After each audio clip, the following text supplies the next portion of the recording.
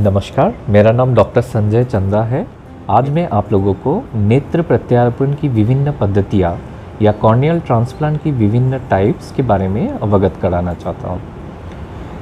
Cornea आँखों के सामने एक पारदर्शी अंग है जो कांच की तरह बिल्कुल कोमल है,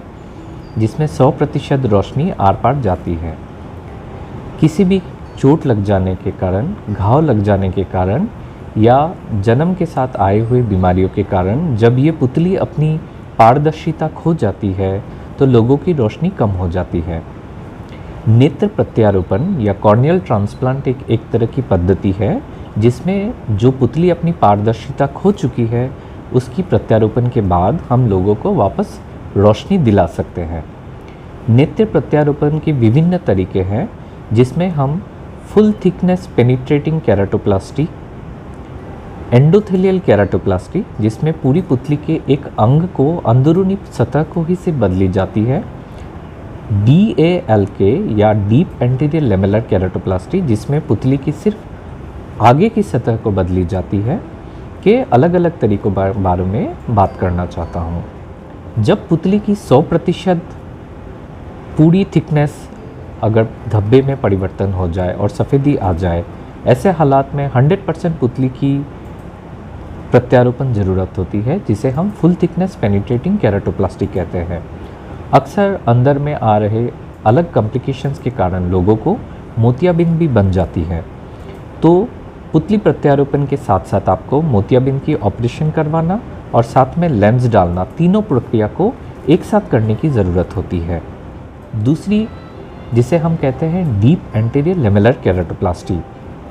अक्सर कॉर्नियल अल्सर या पुतली के घाव सूख जाने पर जो धब्बे काली पुतली के केवल आगे की सतह तक सीमित रहती है, ऐसे हालात में हमें 100% पूरी पुतली को बदलने की ज़रूरत नहीं होती। ऐसे हालात में पुतली के आंशिक अंग को हम बदलते हैं जिसमें सिर्फ एंटीरियर लेयर्स को चेंज करते हैं, जहाँ की आपकी पीछे से एंडोथेलियम और अंदरूनी सतह जो बिल्कुल सेहतमंद है उसे बदलने की ज़रूरत नहीं होती। तो नेत्रदाता के दान में ली हुई पुतली के सिर्फ आगे की अंश को या एंटीरियर लेयर्स को हम लेते हैं, जिसे हम डीप एंटीरियर लेमेलर लेयर कहते हैं। उसे लेकर जो रोगी होते हैं उनकी आगे की लेयर्स को हटा के उस पर प्रत्यारोपण की जाती है। अक्सर उम्र के साथ लोगों को सूडोफेकिक बुलस केराटोपैथी, जिसमें नेत्र मोतियाबिंद ऑपरेशन के बाद आई हुई कुछ चोट की वजह से या कमजोरी की वजह से जब पुतली कमज़ोर हो जाए, ऐसे हालात में पुतली की सिर्फ अंदरूनी लेयर ही बीमार होती है, तो हमें ज़रूरत होती है कि सिर्फ अंदरूनी लेयर को ही बदली जाए, जिसमें हम डीसेक या फिर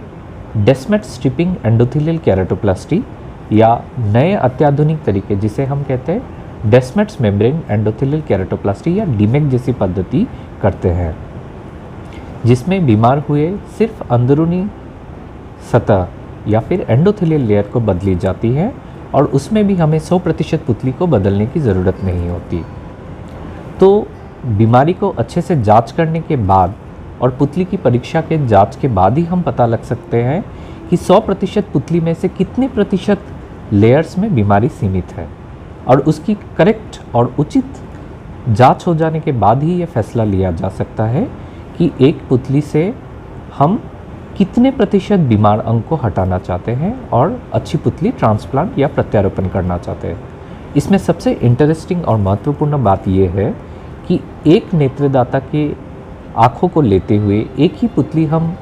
2 से अधिक लोगों में भी ट्रांसप्लांट कर सकते हैं, जिसमें आगे की सतह को डेल के द्वारा एक ज़रूरतमंद को लगा सकते हैं, जबकि पीछे की दान की हुई पुतली की पीछे की सतह को प्रत्यारोपण के बाद हम दूसरे लोगों को भी मदद कर सकते हैं। और आपको जानकर ज़रूर इंटरेस्टिंग लगेगा कि ये दान की हुई पुतली में स्टेम सेल्स भी होते हैं और उसी पुतली से लेते हुए हम स्टेम सेल की ट्रांसप्लांट भी कर सकते हैं। तो नेत्रदान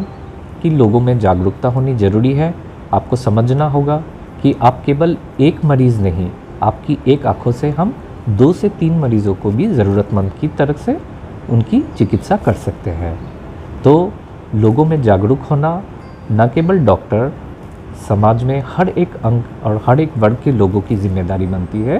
कि आप आगे आए, नेत्रदान, नेत्र प्रत्यारोपण को समझें और इस ज्ञान को सारे लोगों में फैलाएं, ताकि हर ज़रूरतमंद को जब पुतली की ज़रूरत हो तो वो इस सेवा से वंचित ना हो।